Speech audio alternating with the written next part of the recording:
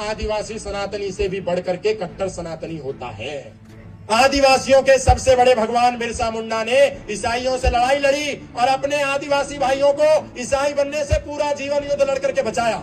जतरा भगत ने झारखंड के अंदर ईसाइयों को कभी भी अपने समाज के बीच में नहीं घुसने दिया और उनको कभी भी ईसाई नहीं बनने दिया। और जो आदिवासी ईसाई बन गए थे गलती से, भूल से, भ्रांति से, उन आदिवासियों को आदिवासियों के नेता जतरा भगत ने पुनः सनातनी बनाया। गोविंद गुरु राजस्थान और गुजरात के अंदर जितने भी ईसाई धर्मांतरणकारी आदिवासियों की बस्तियों में घूम रहे थे, गोविंद गुरु ने कभी भी अपने आदिवासी भाइयों को ईसाई नहीं बनने दिया। गोविंद गुरु कौन थे? आदिवासी थे, लेकिन कभी ईसाई नहीं बने। बिरसा मुंडा कौन थे? आदिवासी थे, लेकिन हमेशा ईसाइयों से लड़ते रहे, अपने किसी भाई को ईसाई नहीं बनने दिया।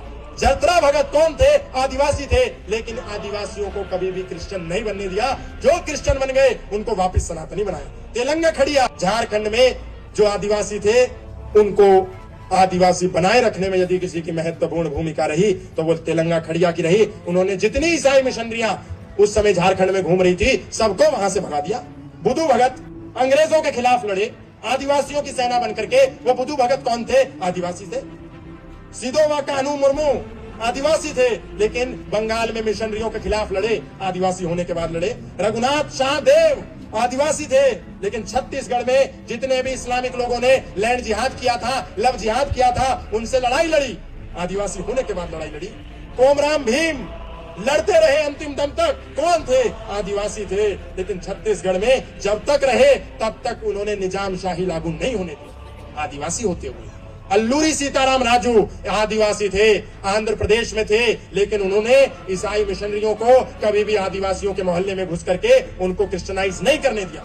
टाना भगत आदिवासी थे, लेकिन उन्होंने कभी भी अपने क्षेत्र में खुद के जिंदा रहते एक भी चर्च नहीं बनने दी, आदिवासी थे। और ये जितने आदिवासी थे ये सब कट्टर सनातनी थे और अंतिम दम तक सनातन के लिए लड़ते रहे। इनके होते हुए किसी ने ये झूठ प्रचारित नहीं कर पाया कि आदिवासी सनातनी नहीं होते।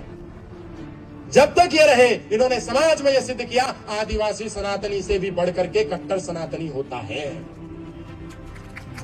तो ये कौन लोग हैं जो आदिवासियों के मोहल्ले में घुसते हैं, उनको ईसाई बनाते हैं, उनको मुसलमान बनाते हैं, उनकी जमीनों पर कब्जा करते हैं? आदिवासियों से और आदिवासी समाज के नेताओं से मैं ये कहना चाहता हूं कि आपके मोहल्ले में यदि कोई पोप आ जाए, कोई पादरी आ जाए, कोई पास्टर आ जाए, कोई मौलाना आ जाए, तो उसकी हजामत करो कि उसको अपनी 7 पुश्ते याद आ जाए कि 7 पीढ़ी पहले उसके भी बाप दादा सनातनी ही थे।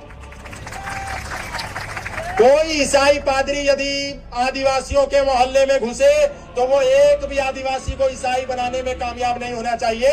सारे आदिवासियों को मिलकर के उस ईसाई पादरी को मिलकर के आदिवासी बनाना चाहिए। जिस दिन ये होने लगेगा कोई पादरी नहीं आएगा।